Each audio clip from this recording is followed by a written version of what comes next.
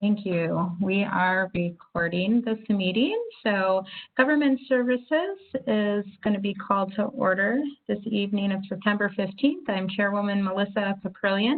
I'm just going to ask those in our committee to please announce their name before speaking, just for the courtesy of this type of setting, this virtual, and being that this is recording. If there's anyone who is on the phone, they will not know who is speaking. So to start out the meeting, we would ask for public comment. I think we just have a Supervisor, Don Trottier, in attendance, so I would like to make note of that. Do we have any others that you see in attendance, MT?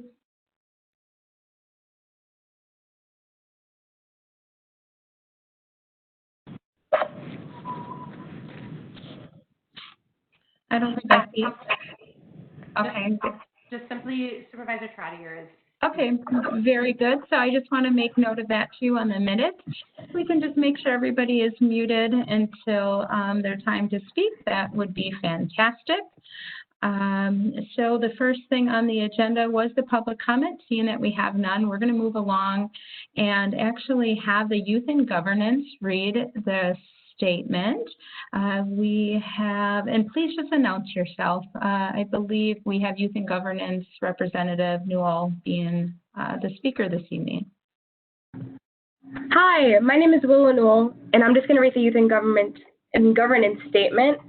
We are the members of Racine County Youth and Governance Program, and we will be participating in tonight's meeting. This program serves to empower youth in Racine County by encouraging us to participate in local government. We have agreed to abide by applicable standards of conduct that would govern any elected county board member. While we are encouraged to participate and are allowed to have a non-binding advisory vote on matters before the committee, all formal action taken by this committee will be based solely on the binding votes made by county board supervisors. Thank you for reading. So this is Chairwoman Melissa Caprillion. I appreciate that. I will also like to note who is in attendance, just for those who may be watching this at a later date. We have myself, the Chairwoman Melissa Caprillion. We also have the Vice Chair, Supervisor Meyer, Secretary Dembski. We have Supervisor Maldonado, and we have Supervisor Lawrence. We have Supervisor Trottier, who is just in attendance, but not on the committee. Excuse Supervisor Wish. And I apologize if who else I am missing. Please just announce yourself. I think Supervisor Smetana is working to get on right now. And then we have those from the IT department present, and then from corporate counsel. Please feel free to unmute yourself if I did forget to announce you're present. Hey, Chairwoman. I'm on, Melissa. Yeah. Oh, thank you, Supervisor Smetana. Thank you. Yes, MT. Good. Okay. Very good. And then both the Youth and Governance representatives once again. So I appreciate it. So we're just going to move back to the agenda. We are sharing the screen here. And the next thing would be the chairman's report. I am going to ask if we could go ahead and put up from the IT department, if we could put up the Youth and Governance schedule, please.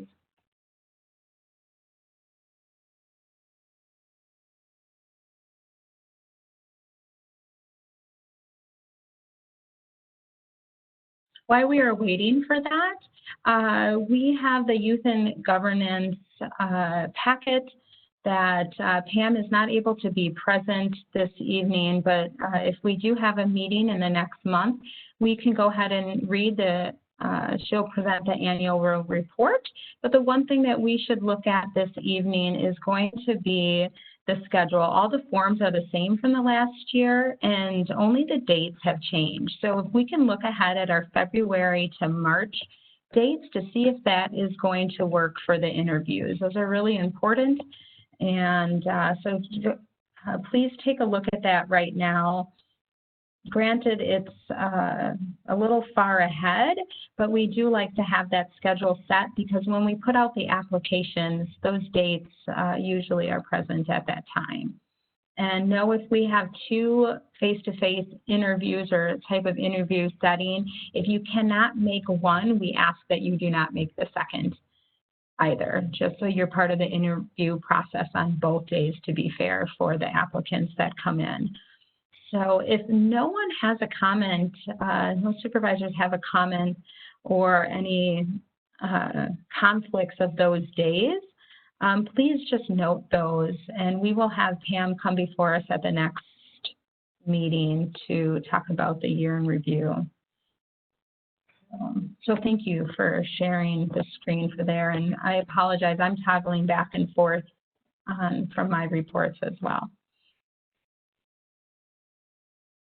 All right, the next item on our agenda is new business. I'm going to be asking if you have the opportunity to review July's minutes. We will need a motion and a second on that. Move to approve. Thank you, Supervisor Smetana. Do we have a second? Second, Dembski. Thank you, Supervisor Dembski. Is there any communication? Anybody have any comments on that? All right, all those in favor, you can say aye or raise your hand like this on the screen. That's perfectly fine. Okay, Aye. all those in favor? Aye, thank you. Aye. Aye. Thank you. Is there any opposed? Thank you. And thank you, Youth and Governance Representative Willow, to remind me that the Youth and Governance representatives should vote. Sophia, did you vote as well? Okay, so just if we could note that MG, that both of them were in favor. Appreciate that, and I apologize.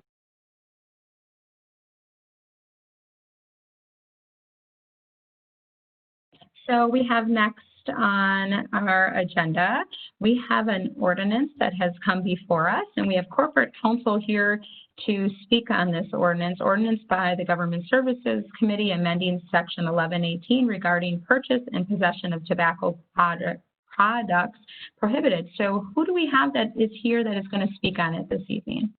Good evening, Chairperson Caprillion. This is Principal Assistant Corporation Counsel John Circutich. Also in attendance would be another Assistant Corporation Counsel in our office, Erica Mach. And then in addition, we have, I believe I saw Lieutenant Kinservik on the line as well. So thank you, honorable members of the committee. Good evening. We have before you a ordinance to amend our current tobacco ordinance for minors. This was, I think, addressed to us earlier this year from the Sheriff's Department, noting that this ordinance had not been modified in actually not a couple of years, but a couple decades. So it hadn't been modified to, most importantly, include the more recent issues regarding vaping and that particular nicotine product. So what you have before you is our current ordinance, sections 11-18, and what you have before you are and I don't know what color your version may be, but there's either red ink or blue ink and some strikeout or additions to that ordinance. What you'll see, it basically is adding this concept of nicotine, because it is a vaping product that did not fit the formal definitions of cigarettes or tobacco as found in Wisconsin statute. So the current nicotine product would be added. So that's what you're seeing throughout the ordinance. The only thing that would have been changed since we had recently not had an opportunity to recently review this is in section E of the ordinance, which is in 11-18. E, there are a couple of sections that basically allow for an individual who's working in a establishment to potentially have an exception to the underage ordinance. And then the other would be if that person, which has been added, I think it was late 90s or early 2000s, this concept of being able to be used in an investigation or a sting operation. And so obviously that would be an exception for an individual to be possessing. So that is basically the ordinance in a nutshell. I mean, obviously Lieutenant Conservic is on the line. He can tell you if there's any other, significant issues that he wants to raise, but it's basically to just make our ordinance in line with the concept of vaping so that we have the ability to write that underage ordinance as well as we would with typical cigarettes, cigars, or other tobacco products. And so I don't know if Lieutenant Conservic wants to add anything. Otherwise, certainly myself and the other attorney and Lieutenant Conservic can address any concerns or questions. Thank you so much, Chairwoman Caprillion. Speaking of, Lieutenant, would you like to add and contribute to the conversation? Hi, Lieutenant Conservic. This is the ordinance that we changed because we do come upon lots of minors with vaping pens in their vehicles or on their person when we do, like we have deputies that sometimes will work at the schools. So right now, it's all that we can do is take it away from them. There's nothing else we can do to them. And sometimes just taking away from them and giving them talk isn't enough to get them to stop. And really, with the vaping, it can contribute to lung disease and a lot of other things. And I'm sure you see all the media on that. And then as well as with the coronavirus, it can also help make that even worse on a person. So we really want to try to get this ordinance revised. Thank you for your comments. This is Chairwoman Caprillion speaking again. And one thing that came from our youth and governance representatives, our last year with them, or the last group, was that they did, one of their projects was in regards to vaping. So how fitting that this is coming before us right now, and that committee would be so proud, I'm sure, for those last youth and governance representatives. So is there anyone from our committee who has a question for our guests that are here today? Chairwoman Caprillion, this is Supervisor Lawrence. Please. Thank you. I had a couple of questions. The first is, and forgive me if I'm not seeing it in what's on the screen, this would be a criminal penalty for possession, or this would be a civil violation? This would be a civil ordinance, so it'd be a forfeiture or civil ordinance violation, would not be criminal. Okay, thank you. And then my second question would be, is the intent or is the thought,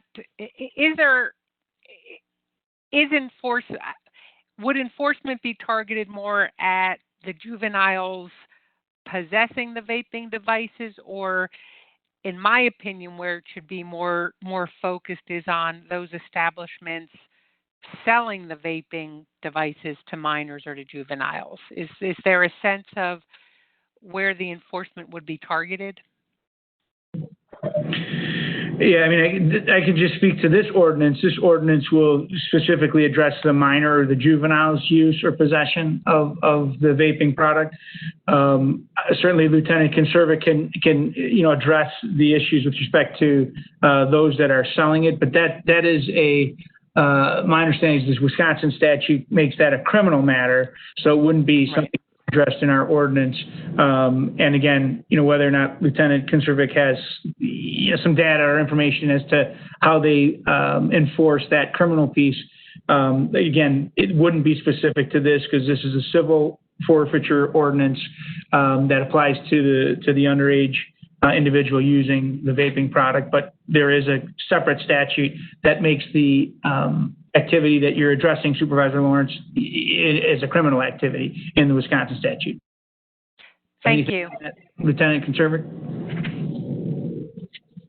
Yes, you're correct. We use the the state ordinance when we do any type of sting or anything like that, when we go into the businesses, minors trying to buy the vapes. That's a different ordinance or statute that we use. Thank you.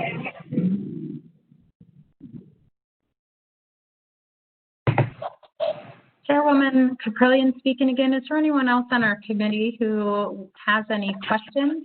Please just feel free to unmute yourself. Supervisor Dembski? Please. Thank you. Chairwoman Caprillion.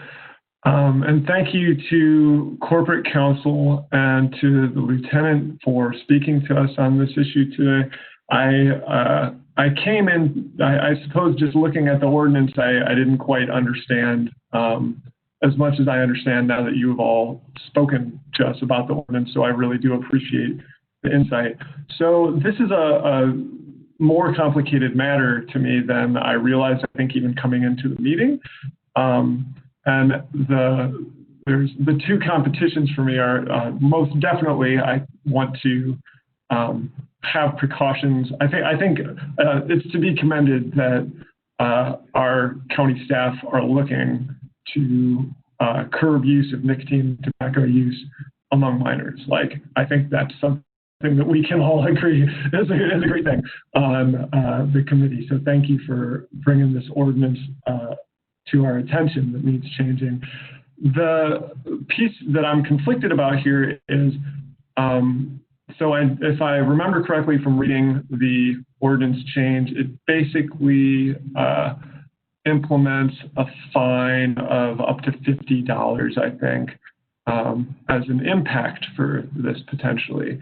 And from what I know, according to a lot of research that just has to do with criminal justice and minors, especially within schools, which was mentioned, is a lot of the municipalities and counties that I'm paying attention to are going away from that model as much as possible, because the people who are unable, basically in criminal justice, so many things are trying to move away from specifically economically motivated impacts, because when poor people experience those impacts, they're the ones most unlikely to be able to pay off those fines.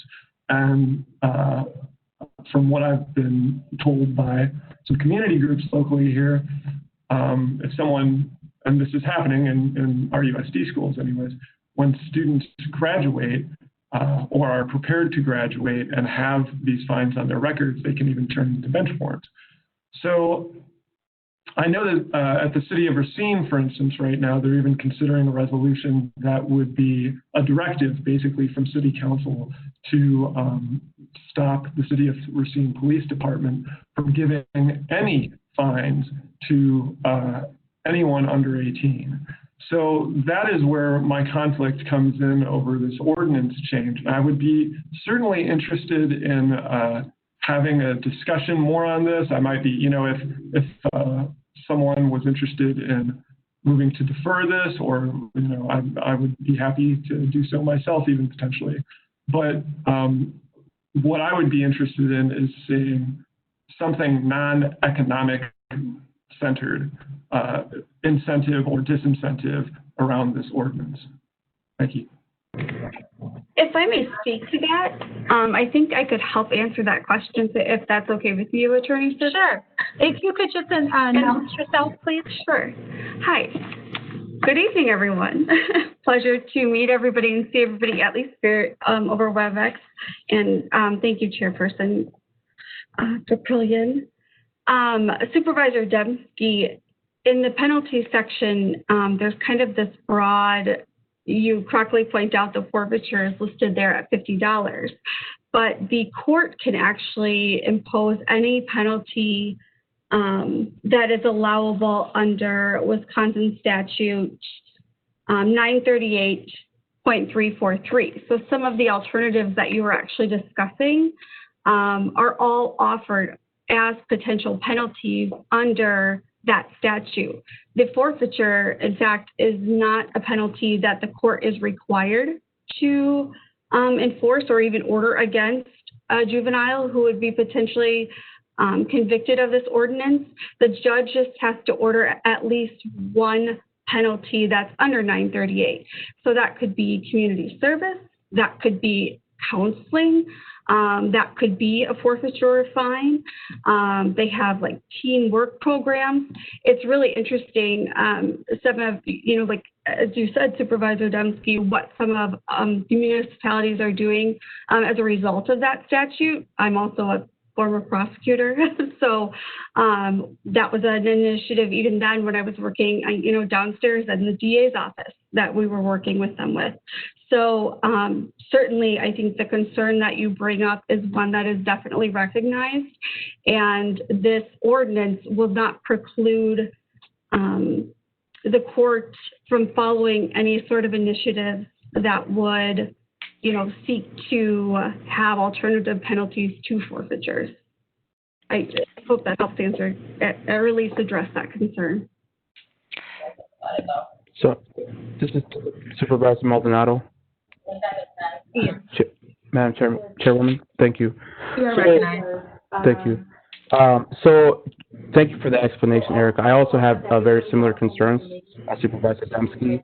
Is there any way that we could, maybe change the wording on here then, where we could say the Racine County Board recommends, or the committee recommends us use under Statute 938, recommend not using economical penalties for this resolution? Is that possible? Chairperson Caprillion, would you like me to address that, or change the decision if you want to? Yeah, no, absolutely. Just please announce your name before speaking. Okay. Sure, This is Attorney Erica. Mach. Okay, this is Attorney Mach. So there are, the way that the Wisconsin statutes are written, especially those related, almost any ordinance that relate to, what the county can do. Most of our ordinances have to be in strict conformity with Wisconsin statutes and how they're written. And so in this circumstance, I would not advise changing the language in any form, because if we don't strictly conform to the Wisconsin statute as written, then we actually don't have an enforceable ordinance at all. So, I think a different avenue there would be, some alternative programming, or, discussing on something, a more grassroots effort, rather than a change in the ordinance, because that could potentially lead to an unenforceable ordinance under state law. This is Supervisor Lawrence, and I echo Supervisor Dembski and Maldonado's concerns. It would seem if law enforcement has the authority to confiscate the tobacco product, that serves the purpose of getting the tobacco or nicotine product out of the hands of the juvenile. If it's confiscated, they don't have it anymore. And there's probably also an economic penalty associated with that, because they've bought it somewhere and now they don't have it anymore. So I do feel like it's piling on a little bit, and I recognize and appreciate that that as drafted, the ordinance gives the courts discretion. They don't have to impose a financial penalty, but I am troubled that it's still an option in the ordinance that there could be a financial penalty, or a penalty beyond having the vaping device, confiscated already. Thank you. This is Principal Assistant Corp Counsel John Circuit. What I would indicate is I think what the committee is addressing is really what the legislature was aware of 20 or so years ago when this ordinance was, has since been in effect. I would note, first off, as indicated, the ordinance as drafted, which conforms with the Wisconsin statute, as Attorney Mach has noted, indicates that the court may impose any of those penalties under 938. And so the fine is not a requirement. What the second sentence in that provision indicates is that if a fine is to be imposed, it can be no more than $50. And I understand that $50, is a significant sum. However, I would indicate, obviously it's been in existence in this ordinance for over 20 some years.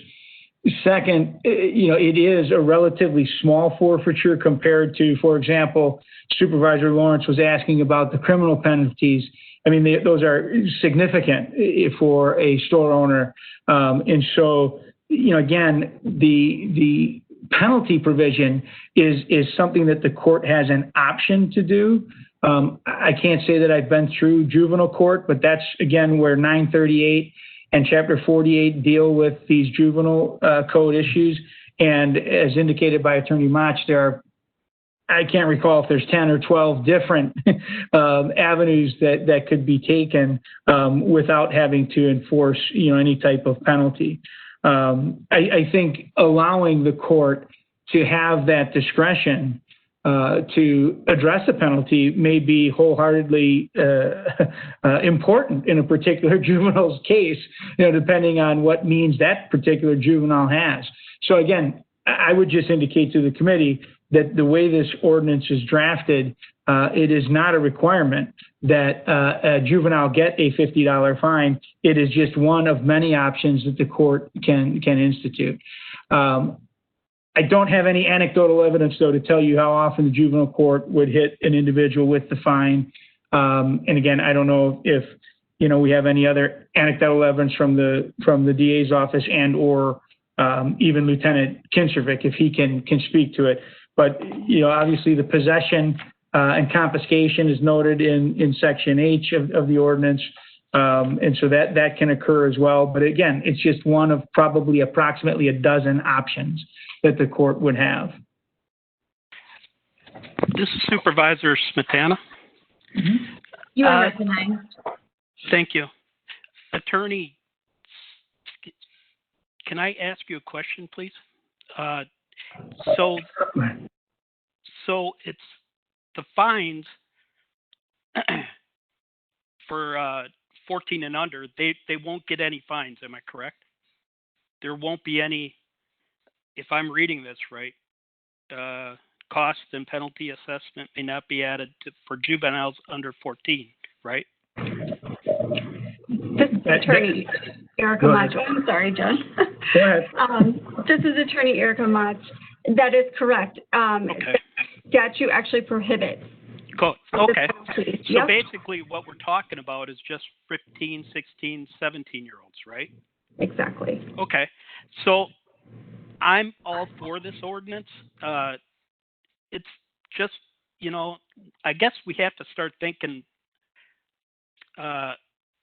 more of the health of our youth than the dollar amount that they're actually going to maybe get fined.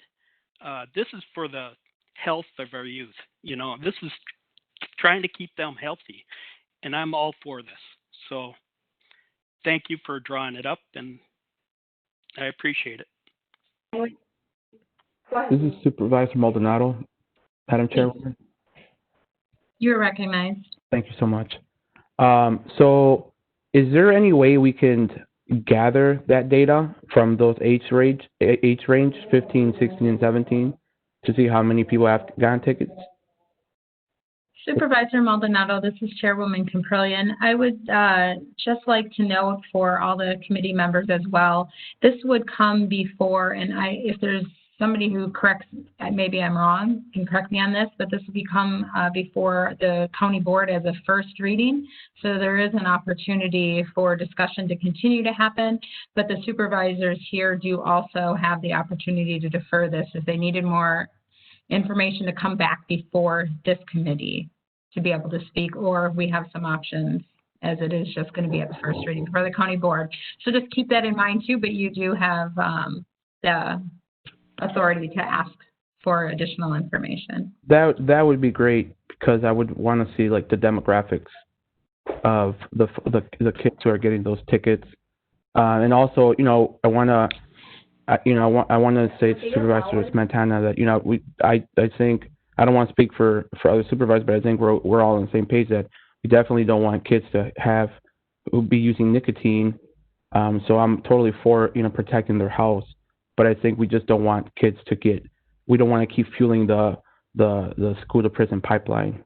That's what we're getting at. Well, essentially, let me rephrase that. We don't want kids to get out of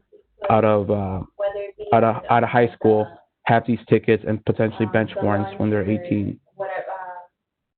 And this is Supervisor Lawrence, and this may be out of order, but I find it, and I share my colleagues' concerns about youth health and addiction to nicotine and not wanting people to get started early.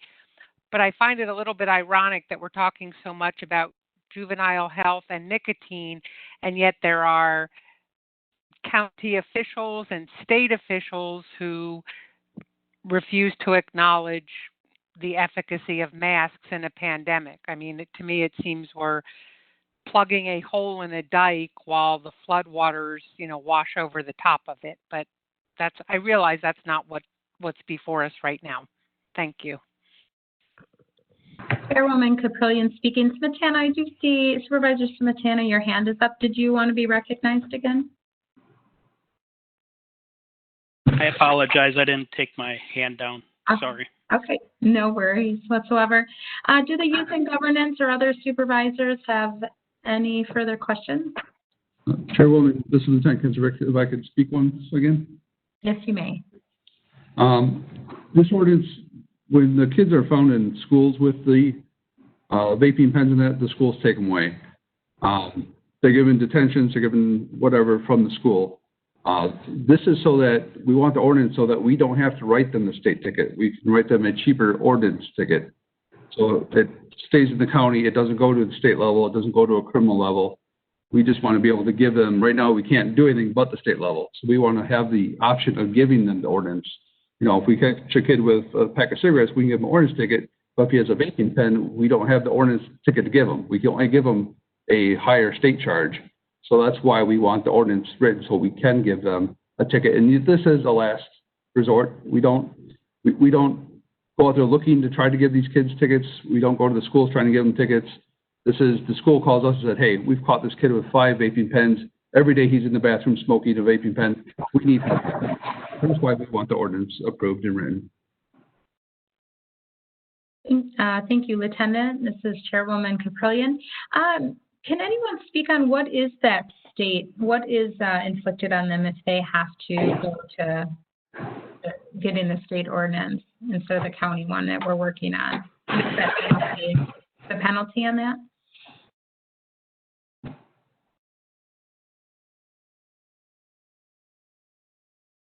Is someone from corporate counsel? Yeah, this is Julie Erica Mach. I can address that. So are you specifically asking what the penalties are for the retail establishments that would be in violation? I'm sorry. No. Yep, Attorney.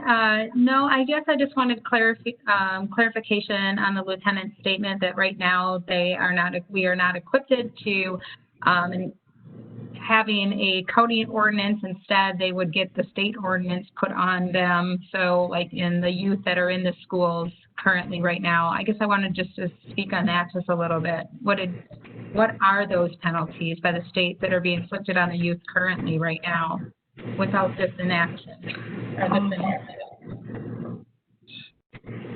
Or if maybe the lieutenant can maybe clarify his statement, that would help as well. Yeah, the current state statute, the fine is no more than $500.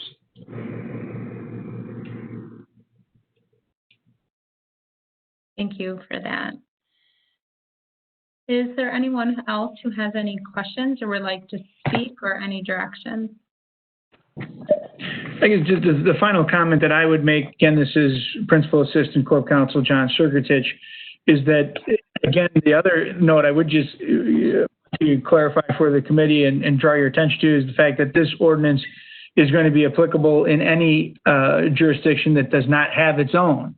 So, for example, the city of Racine, I think, has a very comparable ordinance, and what they're using within that jurisdiction. And so I think for the most part, most of the tickets that we would be utilizing under this ordinance would be very likely on what we consider the West End. To say that we can't write them in a county park, like that, in a couple of high school, I think it's Case High School. But again, I think for the most part, these would be occurring on the West End, just so that's clarified as well. These would not generally be written in the city of Racine. There are various jurisdictions like the city that have ordinance, and so we would not be able to enforce ours there, just so that that's clear to the committee.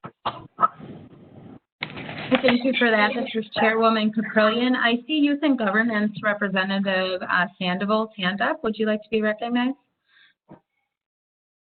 Yes, I have a question actually. Okay. So I know that Union Grove High School, we have our own deputy with Deputy Doyle. And I know that in our high school, we have a huge vaping problem that kids even have to like skip class to go into the bathroom. So our bathrooms now have to be locked during passing periods and during class. So I wonder, do they do something about it as well with the deputy being there? Like, what's the full extent that they do it at my high school? If you guys know by any chance. Maybe the lieutenant would be able to answer that. So right now the school takes away the vaping pens. They give them detention and stuff like that. This is part of the reason why we need the ordinance though. Is like I said, we don't want to go in there and give state tickets. We want to be able to give an ordinance ticket, and we want to help curb this. Like I said, it's not for the first time offenders. This is usually the school calls us because they've caught them multiple times, and just what they can do, detentions and whatnot, just is not working for to get the person to stop the vaping. This is Supervisor Lawrence. I mean, I guess I'm puzzling over why give tickets at all? I mean, the school confiscates the vaping devices. You know, it seems that's kind of imposing a penalty at the point of contact. I don't know, it feels a little bit like piling on. I do appreciate that the state statute, as you're saying, is more onerous and that this would give flexibility at the county level. I do appreciate that distinction. I guess what I'm struggling with is perhaps why there needs to be the state or the county measures at that point. If the schools have the authority to confiscate the vaping device, then that would seem to address the problem. But I'm wrestling with this. I admit I'm wrestling with this.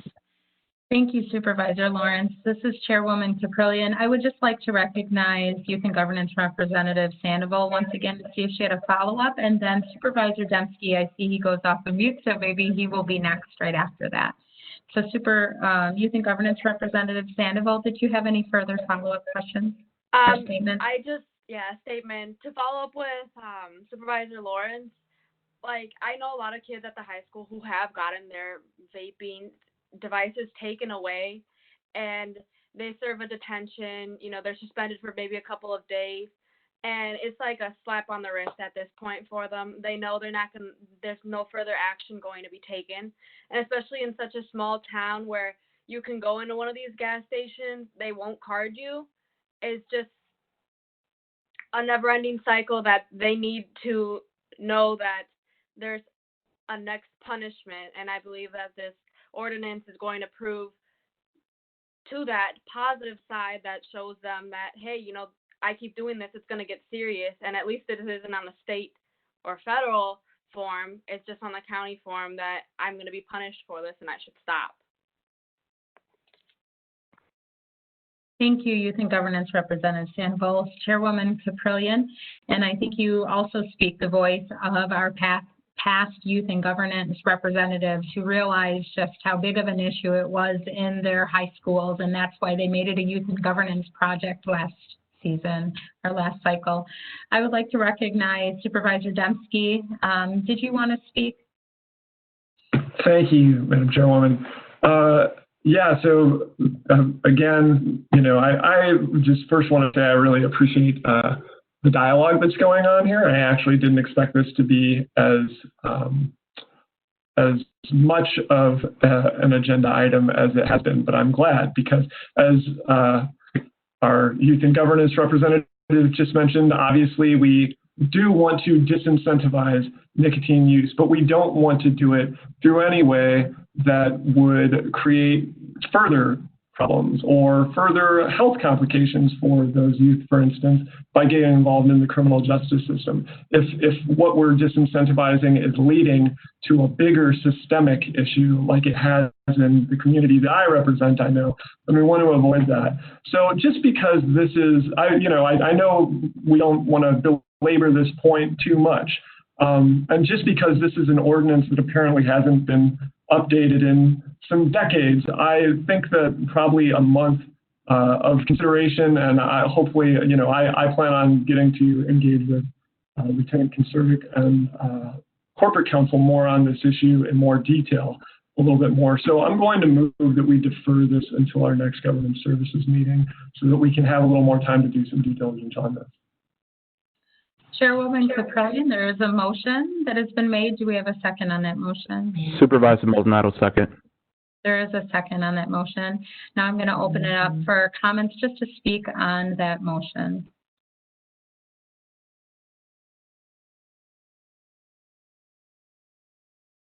Supervisor and Vice Chair Meyer, your hand is up. Would you like to be recognized? Thank you, Madam Chair. I don't think we need to defer this. I think we need to move this forward. I think this is cleaning up some of the older ordinance issues that we've been working on and looking to move forward on. I think it gives the courts the tools that they can use at their discretion. And I do think there's other options out there that we can look into, but to move things forward, I'm not in favor of deferring it. I think we should move this forward. Thank you. Chairwoman Caprellian, thank you. Supervisor Meyer. Please, if you don't have a comment, your hand is still up. If we could lower that for me, please. Thank you. And if there's anyone else who would like to speak on deferring this item. Yes, this please. is Supervisor Smetana. Yes, please. I'm also against deferring it. I think this is a time that it's been decades, so I think it's time for us to move forward to bringing this to the whole board and get it done, because it is plain and simple. I'd rather save some lives doing this than waiting on it and seeing the money wait. My part is I'm against the deferring. Thank you. Chairwoman Caprellian, thank you. Supervisor Smetana. I would just to put in the minds of those before we vote on deferment, just to understand what that means. So we would have our next government services meeting on October 20th. And then it would go before the county board for first reading the Tuesday that follows, and then the second one. So it probably wouldn't pass until November. So just keep that in mind. And if we have something in regards to the urgency of wanting this passed right away, otherwise this doesn't seem like a pressing thing, besides the lieutenant wanting definitely to have another tool in his tool belt, and also possibly the schools as well. So I'm going to ask again if we have any other comments or questions, or I'm going to call the vote. Supervisor Dembski. Yes, please. Thank you, Madam Chair. Just to be clear, I'm only making this motion so that, because I do want to be able to support this, and if we put it to a vote right now, I would not feel comfortable supporting it. That's not really the position that I want to be put in. I don't want to, vote against something that, for obvious reasons, everyone on the committee sees some real value to. So that is part of why I'm moving to defer, just to be clear. So that I'm hopefully able to give this my own more certain approval just within a month. Thank you. Chairwoman Caprellian, thank you, Supervisor Dembski. We have Supervisor Meyer's hand up. Would you like to be recognized again? Yes, Madam Chair. Thank you. Just clarification. It seems that one of the hinging points on this ordinance is the fine, or the potential dollar amount on the fine. if the youth follow the rules and obey the ordinances like they should be, they wouldn't be out any money. It'd just be there in writing and not actually enforceable if they just follow the rules. So then if they're worried about the monetary setback, if they follow the rules, they wouldn't be fined. At one option, or maybe the community service, or maybe the other work programs might be other options. But if it's all about dollars and cents, if they obey the ordinance, they wouldn't have to worry about the fine. Thank you. Willow Newell, Youth and Governance Representative. I was wondering what's being done, and maybe even by the county board, to help with the vaping problem?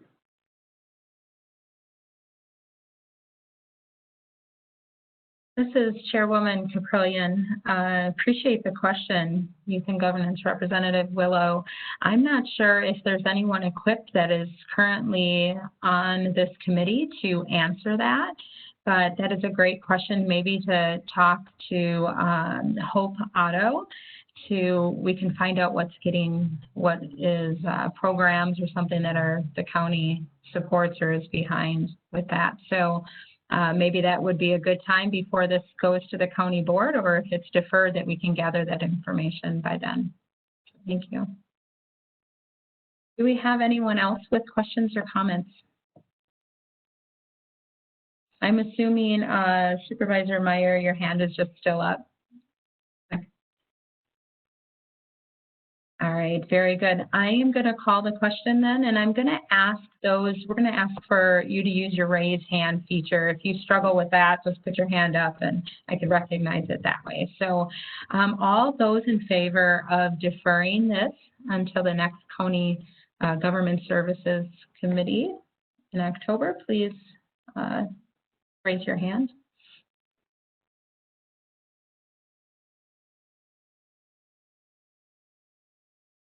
All right, very good. We have Supervisor Lawrence, Maldonado, and Dembski.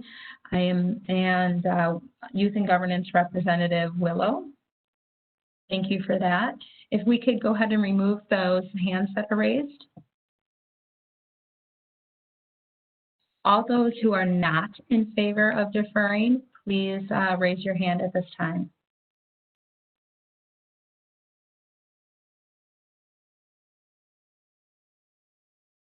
We have a tie. We have Youth and Governance Representative Sandoval, Meyer, Smetana, and myself. So we do have a tie vote. And I am actually not sure what to do with the tie vote. If somebody can help me out here. So. This is, I believe, and someone can correct me, but I think it's the motion failed. It's a tie. That's correct. Okay. With that, if the motion does fail, we would actually need another motion to move forward.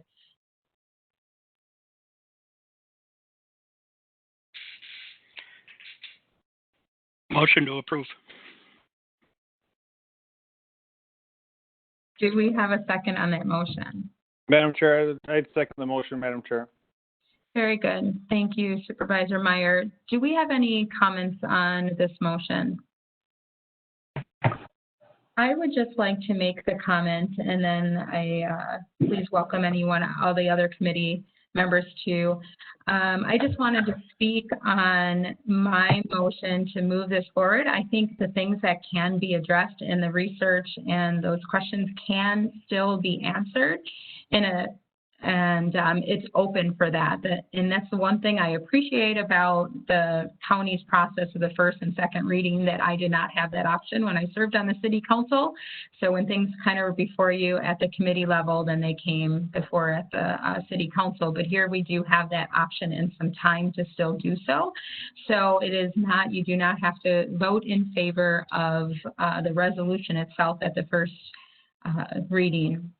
It's usually by the final reading that it is looking for your final vote. So if that helps anyone else to move forward and to see we get this passed, or else we are going to be at a tie again. All right. Is there anyone else who would like to speak? Please unmute yourself or raise your hand. All right, I do not see anyone with their hand raised. So all those in favor, please use that hand raising feature, please.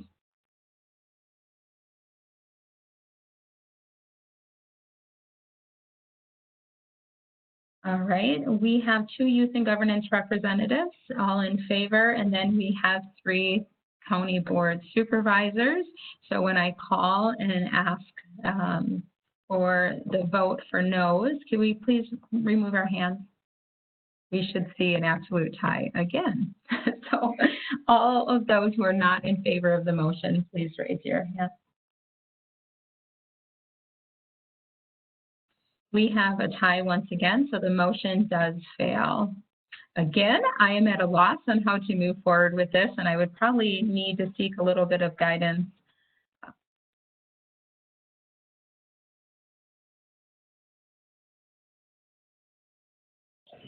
I mean, at this point, I think the motion fails, so if it wants to be brought back before the committee, that's something that either staff or supervisor will have to do at a later date. So if I understood that correctly, this is Chairwoman Caprillion, this item actually sits tabled. Do I understand that correctly? Not so much heard, but tabled. Correct. Okay. So as this sits, so just to understand what that language means, it sits tabled.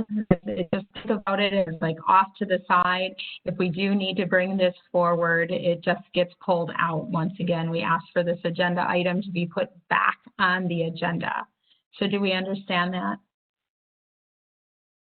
All right, very good. So we're going to move on and recognize that this agenda item is tabled and that it is not going to be on the county board agenda, nor is it going to be on the government services agenda until it gets pulled out off the table, if you will. Okay, so we have... Just would indicate then that I will be signing off, and okay. That the other staff will, I suspect, as well. Thank you. Yeah, thank you for your time. Thank you for asking us to be before us. Thank you. Yep. It was a pleasure. Good night. Okay, bye now. All right, the next item we have on our agenda is an action item as well, and this is the county executive making appointments to the Emergency Planning Committee. We have 3 members that their seat expires in September, the end of September, and we have Marcia Fernholz, Thomas Karkoff, and David Mack. So we would need a motion to approve or deny. Motion to approve. Okay, thank you. I think that was Supervisor Smetana.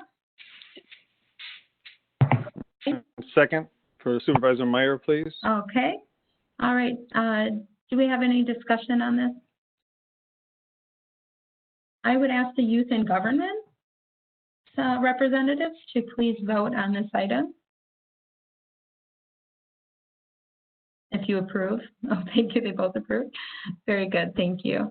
All right. All those in favor of this, please just go ahead and raise your hand or say aye. Aye. Aye. Aye.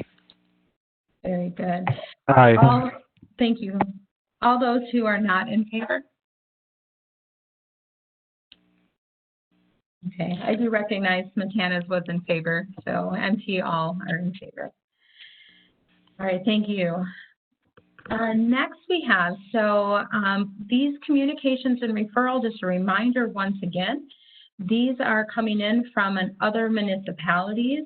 They are just really for information's sake for us to be able to review and look at as possible ideas that we want to move forward with that in our municipality, in our county, or support with our own resolution. So typically what we do with these is receive and file.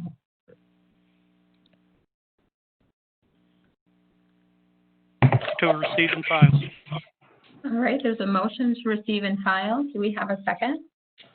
Second, Dembski. Thank you, Supervisor Dembski. We have a second. Any communication or questions before calling the vote? I don't hear any, So just to be clear, A, B, C, D, E, F, all those resolutions are lumped into this motion. So the motion now is going to be called to receive and file. All those in favor, starting with the youth and governance. I see Supervisor Sandoval, our Youth and Governance Representative Sandoval, and Newell. Thank you. And then all the committee members who are in favor, please raise your hand or say aye. Aye. Aye. Aye. Thank you. Is there any not in favor? Very good. Okay, that motion passes. We are at the end of our agenda. Just a few things to note is that our next October meeting, we are going to be going over the Youth and Governance Annual Report. It does take a little bit of time, so please, be mindful of that with your scheduling. And it will be on October 20th. And if we do want to bring the agenda items back forward, that will have to be an action by the supervisors. So please understand that that would be a request. So if you do have some homework or things you want to look into or do, you can do that at that time, before that.